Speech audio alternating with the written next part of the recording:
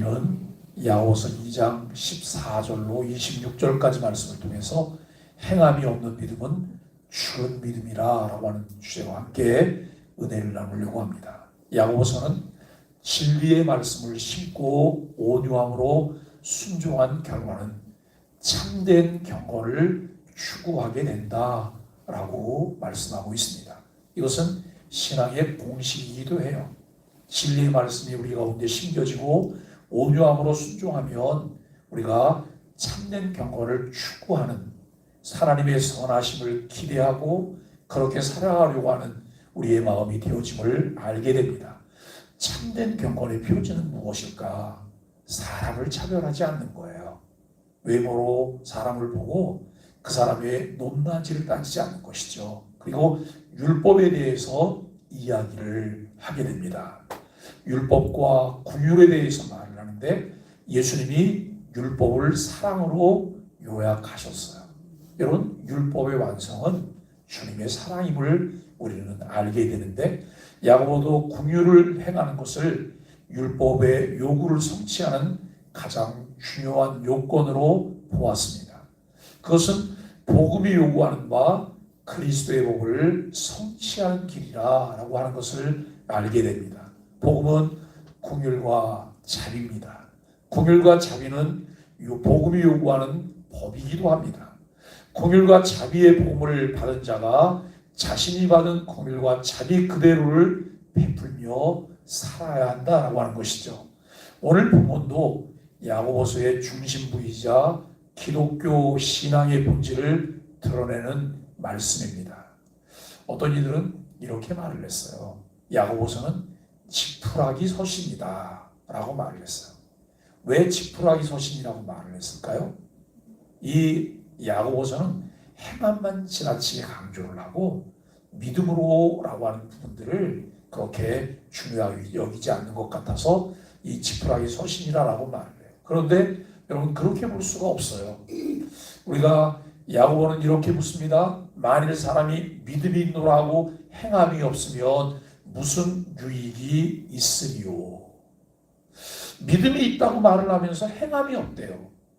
그렇다면 무슨 유익이 있겠느냐? 이 질문은 단순한 논쟁이 아니에요. 신앙의 실체를 점검하는 거울입니다.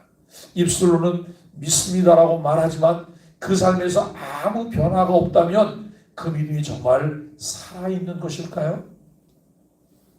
야고보는 그 믿음은 능히 자기를 구원하지 못한다라고 단호하게 말합니다. 믿음은 언제나 열매로 보입니다. 열매가 보이지 않는 믿음은 이미 죽은 믿음이며 생명이 없는 시체와 같다고 오늘 26절에서 선언하고 있습니다. 첫 번째로 생각할 수 있는 것은 말뿐인 신앙을 향한 경고입니다. 이 편지는 초대교회 시대 유대 지역에서 박해로 흩어진 성도들에게 보내고 있습니다. 그들 중에는 말씀을 알고 예배를 드리지만 현실 속에서는 가난한 자를 외면하는 지도 있고 차별하기도 하고 분노에 휩싸여 사는 사람들이 있다는 거예요. 우리 안에 여러분 분노가 많으면 뭐가 표출이 돼요? 분노가 표출이 되는 거예요. 늘 내가 미움을 받으며 살았어요. 비난 속에 살았어요. 그러면 나도 모르게 쉽게 내가 다른 사람들을 비난하게 되고 여러분 우리가 미워하게 된다는 거예요. 이해받고 사랑 속에 살았어요. 그 사람은 다른 사람을 이해하려고 해요. 너그러운 마음들이 있다고 하는 거예요. 우리들이 예수 그리스도를 주로 믿고 예수 그리스도가 누군지 하나님의 사랑이 어떤 것인지를 내가 믿고 알고 있다면 나를 통해 나타나는 것은 하나님의 사랑이어야 돼요. 사람들이 나를 봤지만 나를 통해서 뭘 봐야 되냐면 복음을 볼 수 있어야 돼요. 왜요? 내가 복음을 가진 자이기 때문에, 복음을 믿는 자고 복음으로 영향을 받은 자이기 때문에 우리는 그렇게 살아야 한다라고 하는 것이죠. 야고보는 그들에게 말을 해요. 너희 신앙이 고백으로만 머문다면 그것은 살아있는 믿음이 아니다라고 하는 거예요. 어제 아침에 나눈 말씀 가운데 여러분 한 꼭지가 이런 부분이에요. 우리에게 하나님의 은혜가 있어요. 성령이 역사하고 계세요. 그러면 우리 마음 가운데 잘 일어나는 것이 뭐냐면 그렇게 살아가려고 하는 마음들이 우리에게 일어난다는 거예요. 그렇게 살아가려고 해요. 여러분, 뭔가 막 강제하고 억지로 하고 의무감을 이 짐을 지어준다고 해서 신앙생활이 이루어지는 게 아니에요. 내 안에 내주하셔서 내 삶을 운전하시는 성령님께 순종하고자 할 때 여러분 마음이 그렇게 일어나는 거예요. 그 은혜가 우리에게 있게 되기를 바랍니다. 그는 먼저 간단한 예를 들어요. 만일 어떤 형제나 자매가 헐벗고 일용할 양식이 없는데 너희 중에 누구든지 그들에게 평안히 가라 배부르게 하라 하며 그 몸에 쓸 것을 주지 않냐면 무슨 유익이 있겠느냐. 여러분 잘 이해가 되는 말씀이시죠? 누군가 추운 겨울인데 여러분 위에 이 자켓을 입지 못했어요. 잠바도 없이 얇은 옷을 입고 나왔어요. 그런데 이렇게 말을 해요. 야, 집에 가서 따뜻한 옷 좀 입어라. 따뜻한 옷 좀 입어. 근데 이 아이는 왜 옷을 입고 나오지 않았냐면 옷이 없거든요. 겨울 옷이 없는 거예요. 그런데 그 아이에게 따뜻하게 입고 다녀라. 배가 고파고 쫄쫄 먹을 걸 찾아다니는 사람에게 가서 먹고 배부르게 하라. 이렇게 말을 하면 안 된다는 거예요.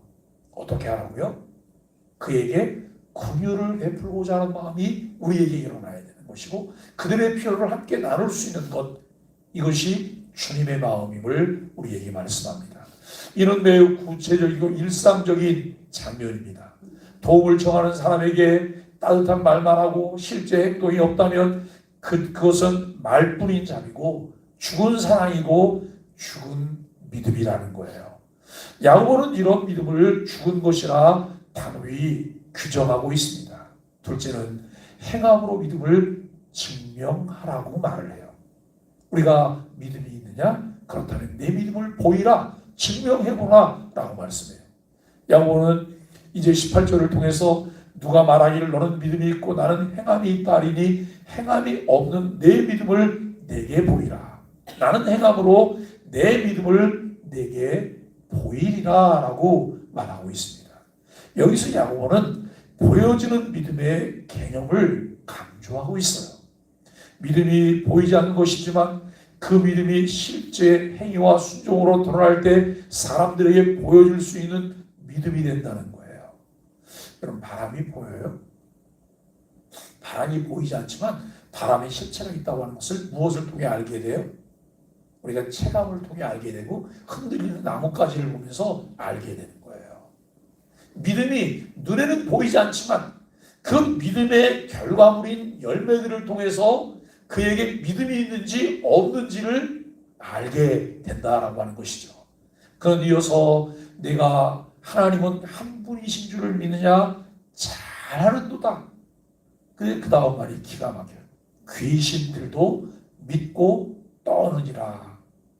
그런데 사실 귀신들도 믿고라고 하는 말보다 귀신들도 알고 떠느니라라고 하는 말이 더 적합할 거예요.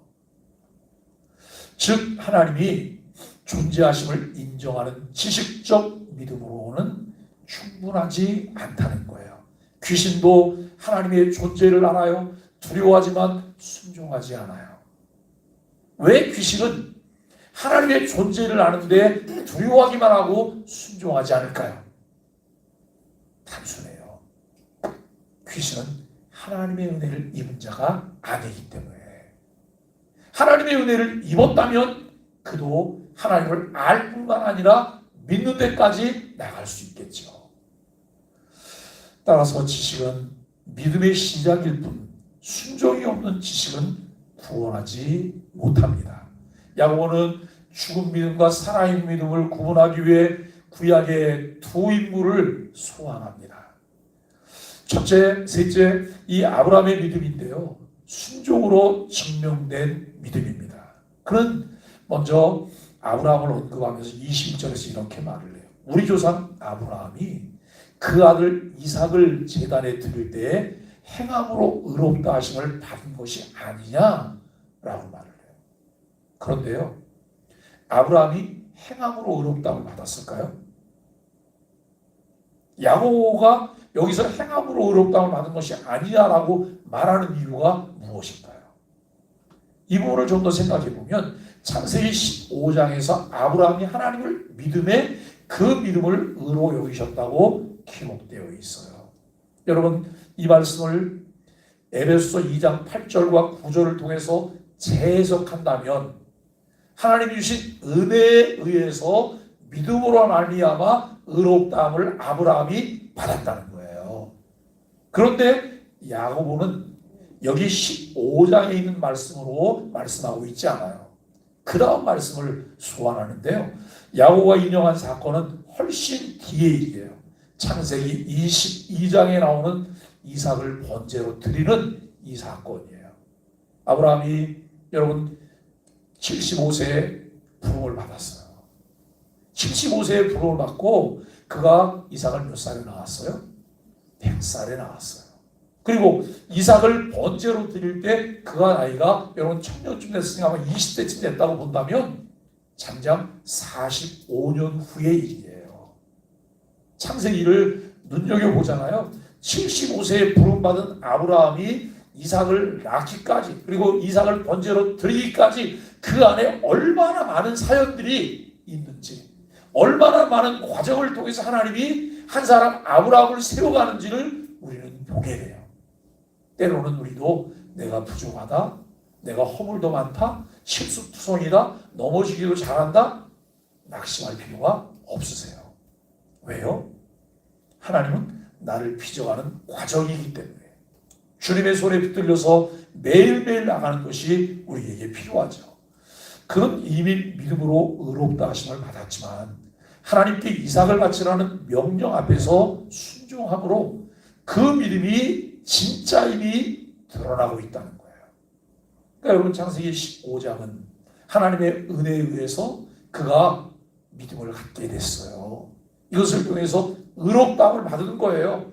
그러면서 그가 이제 점진적인 성장을 통해서 성화를 통해서 이제 그 믿음을 증명해 보일 수 있는 정도까지 가게 되었음을 알게 돼요. 야고보는 이 장면을 이렇게 해석해요. 믿음이 그의 행함과 함께 일하고 행함으로 믿음이 온전하게 되었다. 이해가 되세요?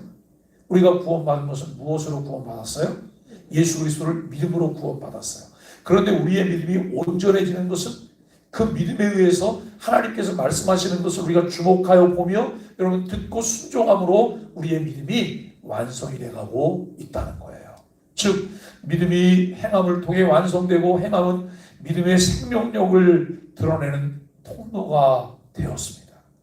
그의 순종은 단순한 헌신이 아니라 하나님이 어떤 분이신지를 신뢰하는 신앙의 행동이었어요. 우리가 가지고 있는 믿음은 어떤 믿음일까요? 내가 알고 믿는 하나님은 어떤 분이실까요? 매우 중요하죠. 히브리서 11장도 이렇게 기록합니다. 믿음으로 아브라함은 시험을 받을 때 이삭을 드렸으며 이는 그가 하나님이 능히 죽은 자 가운데서도 다시 살리실 줄로 생각함이라 라고 말씀합니다. 아브라함은 하나님이 선하심과 신실하심을 믿었기에 가장 사랑하는 것을 내어드릴 수 있었습니다. 그의 믿음은 단지 말이 아니었어요. 행동으로 보이는 순종의 믿음이었습니다. 넷째, 라합의 믿음이에요. 용기로 드러난 믿음인데요. 야고보는 또 한 사람을 이제 소환하면서 예로 들지요. 25절에 기생 라합이 사자들을 적대하여 다른 길로 나가게 할 때 행함으로 의롭다 하심을 받은 것이 아니냐라고 말을 해요. 라합은 여리고성에 살던 이방 여인이었지만 이스라엘의 하나님이 참된 주권자이심을 믿었어요. 여러분 라합은 어떻게 믿음을 갖게 됐을까요? 소문을 들었어요. 이스라엘 백성이 이제 여러분 가나안을 향해서 가는 이 과정 속에 하나님이 함께 하심으로 팥죽지새와 같이 모든 것들을 휩쓸고 다 지나가는 거예요. 그래서 그 주변 사람들이 이스라엘에 관한 이야기를 들으면 간이 녹아내렸다 그래요. 간담이 다 손을 내렸다고 말을 해요. 왜요? 이스라엘을 만나면 초토화가 되기 때문에 당할 자가 없다는 거예요.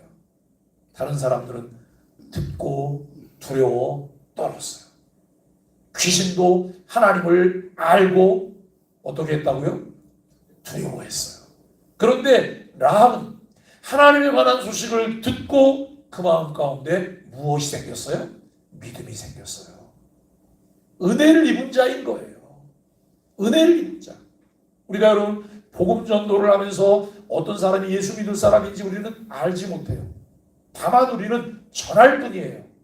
다만 전하면 하나님께서 성령님을 통해 은혜를 입은 자들이 그 복음을 받아들이게 해요. 그리고 믿게 하시는 거예요. 이것을 믿기 때문에 우리는 전하는 사명을 성실하게 잘 감당하는 일들이 우리에게 필요해요.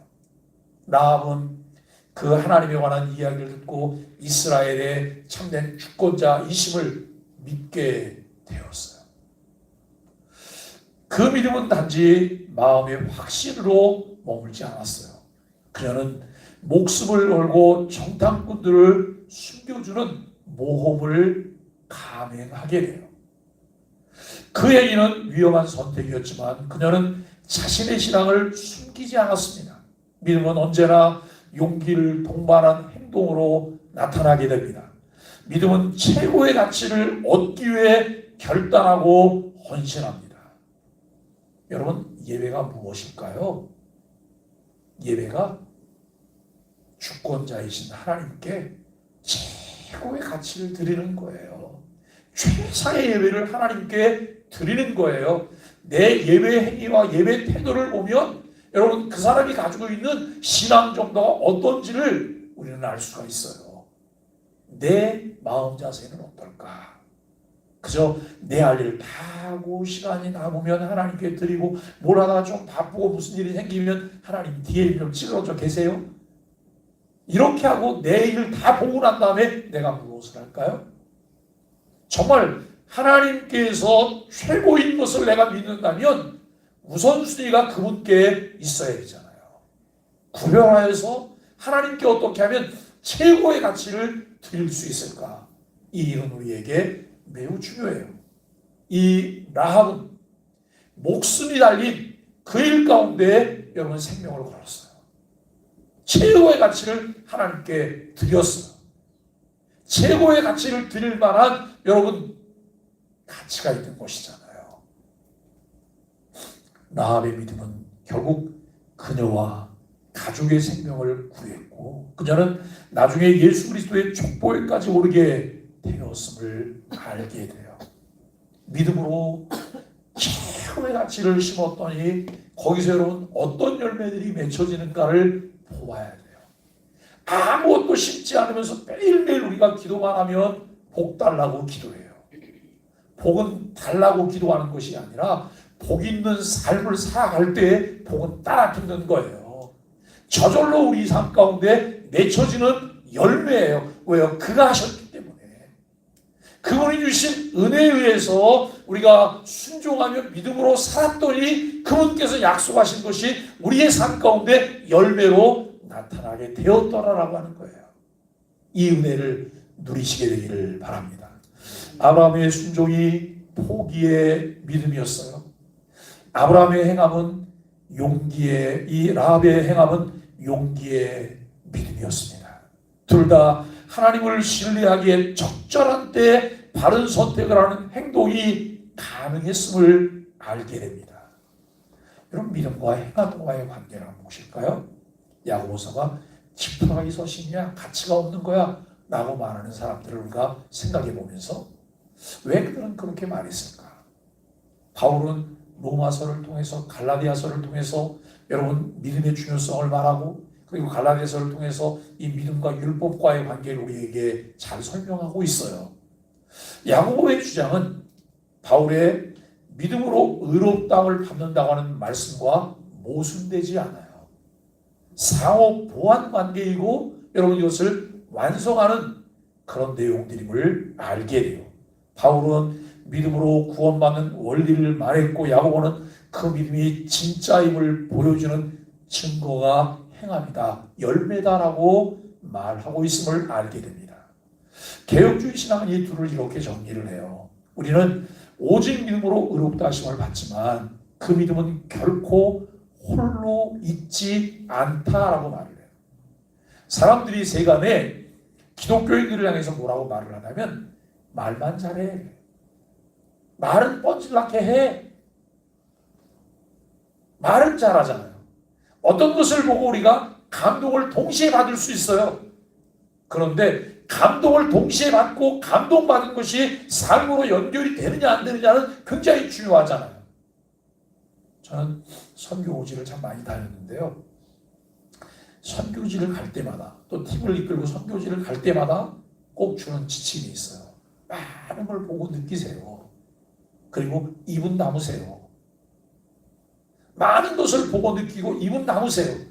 우리가 여러분 감동을 받고 선교지에 가면 너무나 어려운 삶의 이 질이 다르기 때문에 긍휼히 여기는 마음들이 막 일어나는 거예요. 그러다 보면 뭘 해요? 내가 좀 뭘 해야 되겠다라고 하는. 그럼 그냥 입 다물고 계시라니까요. 거기서 약속을 해. 약속을 하고 여기를 왔는데 와서 보니까 환경이 달라졌어요. 그리고 또 내 생각이 달라졌어요.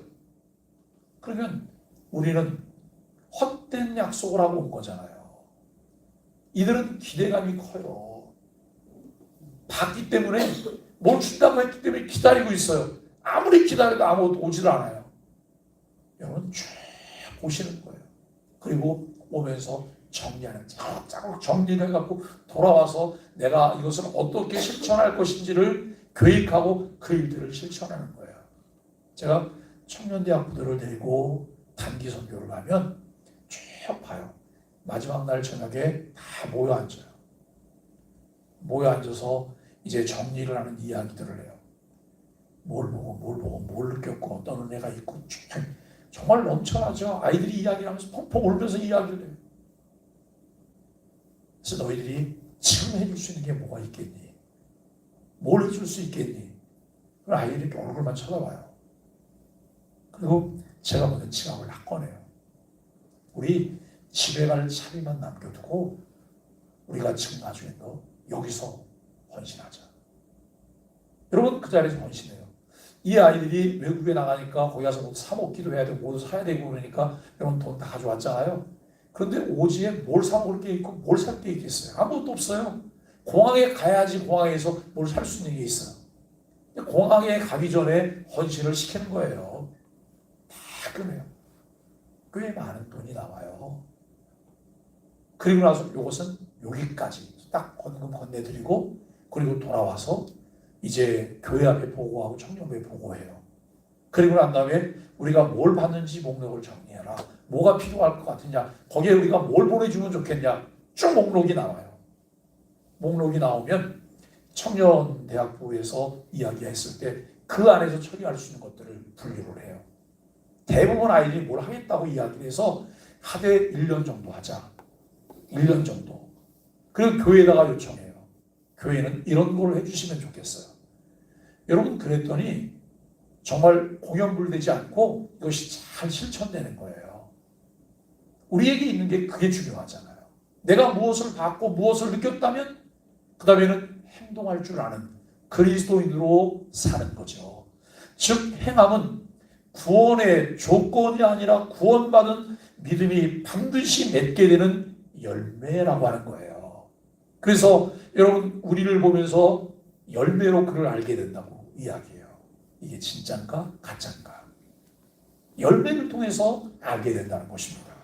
웨스트민스터 신앙고백서 16장은 이렇게 말합니다. 선행은 참되고 살아있는 믿음의 열매이자 증거이며 믿음과 분리될 수 없다 라고 말을 해요.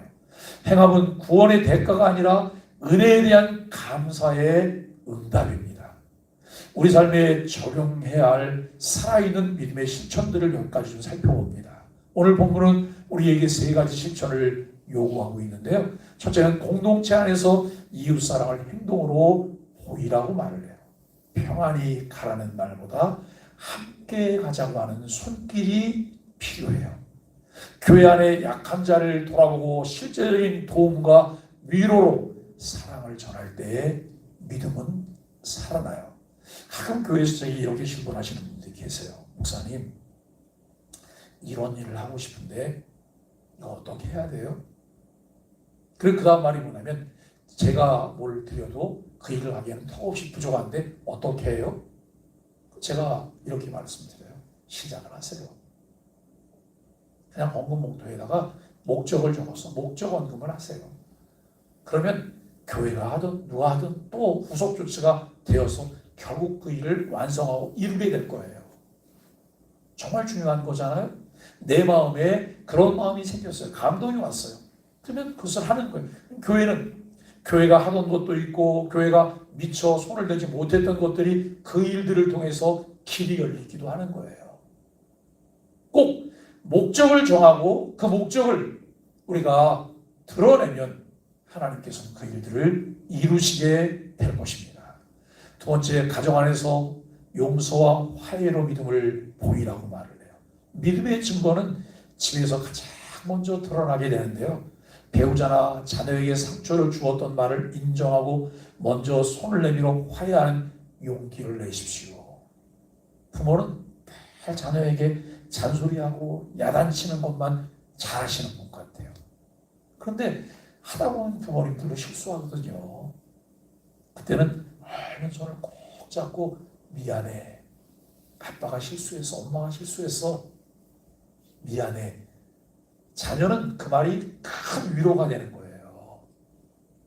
어쩌면 잔소리보다 훨씬 더 우리의 마음에 잘 새겨지는 그런 내용일 거예요. 그래서 여러분, 우리가 먼저 손을 내밀고 화해하는 용기를 내는 것, 그것이 아브라함처럼 하나님을 신뢰하는 순종입니다. 세 번째는 일터에서 정직과 성실로 믿음을 보이라고 하는 것이죠. 세상은 말보다 행동으로 신앙을 평가합니다. 작은 일에도 성실함을 잃지 않고 불의한 이익 앞에서 정직을 지키는 사람, 바로 그 사람의 믿음이 세상 속에서 하나님을 드러내죠. 교회 밖의 사람들은요, 교회가 뭘 전하는지 뭘 말하는지 관심도 없고 듣지도 않아요. 알지도 못해요. 그런데 그들은 무엇을 보고 알아요? 교회가 뭘 하는지를 보고 알게 돼요. 교인들이 뭘 하는지를 보고 알게 되는 거예요. 여러분, 곰곰이 생각해 보세요. 내가 있는 위치에서 늘 정직하십시오. 불의한 이익을 거부하셔야 돼요.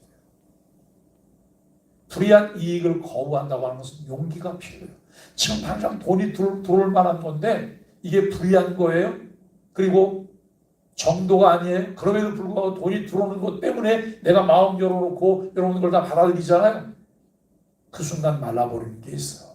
하나님을 통해서 내게 주어지는 하나님의 선하심은 마르게 되는 거예요. 그것을 거부하실 수 있으셔야 돼요. 특히 재물에 대해서 우리가 거부하실 수 있으셔야 돼요. 그리고 여러분, 우리의 삶 가운데 내게 주어진 일들을 누구보다 성실하게 해내는 것이 필요해요. 열심히 하셔야 돼요. 제가 우리 교회에서도 이렇게 보면 우리 교회는 교회 관리인이 없으시잖아요. 그렇죠? 교회 관리인이 없어요. 그래서 너도 나도 다 모두가 다 관리인이 되셔야 돼요.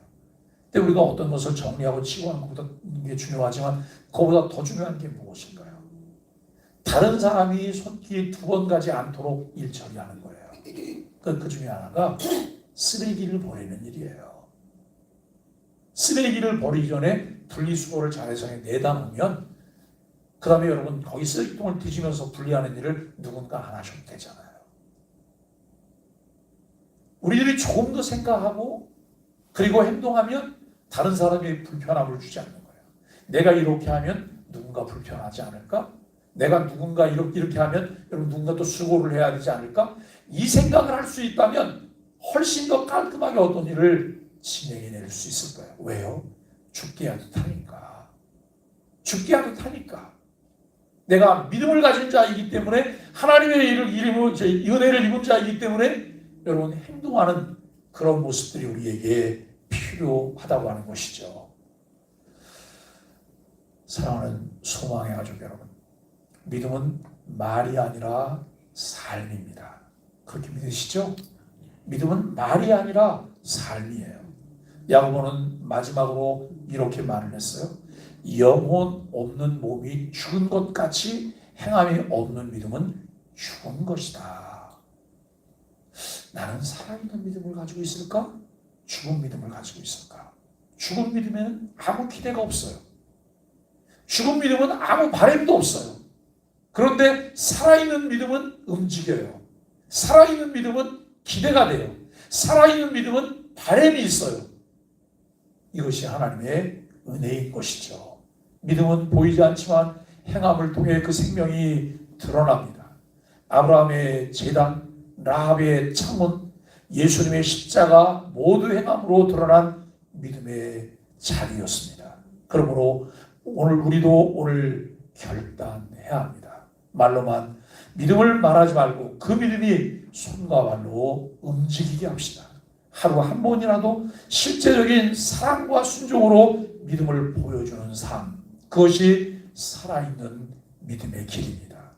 하루 한 번이라도 우리가 그렇게 살아가는 것이 필요하죠. 여러분, 갈라디아서 5장 6절은 사랑으로 역사하는 믿음만이 참된 믿음이다. 오늘도 우리 안에서 손속은 말씀하시고 내게 용기를 북돋아 주실 뿐만 아니라 여러분 나를 격려하시고 또 나를 세워가기를 원하시는 성령님의 세배한 음성을 듣게 되기를 바랍니다. 그분과 친밀한 교제를 통해서 우리가 하나님의 사랑을 입은 자가 되어야 합니다. 구원 얻는 믿음, 이제 행함으로 그 믿음을 완성해가는 소망의 가족들이 되시기를 예수 그리스도의 이름으로 간절히 축복합니다. 우리 함께 소망의 아침 기도를 드립니다. 주님, 우리의 믿음이 말로만 머무르지 않게 하시고 아브라함의 순종과 라합의 용기처럼 행함으로 드러나는 살아있는 믿음을 주소서. 우리의 손과 발이 복음을 증거하게 하시고 우리의 작은 순종이 세상을 변화시키는 믿음의 씨앗이 되게 하소서. 예수 그리스도의 이름으로 기도합니다. 아멘. 우리 함께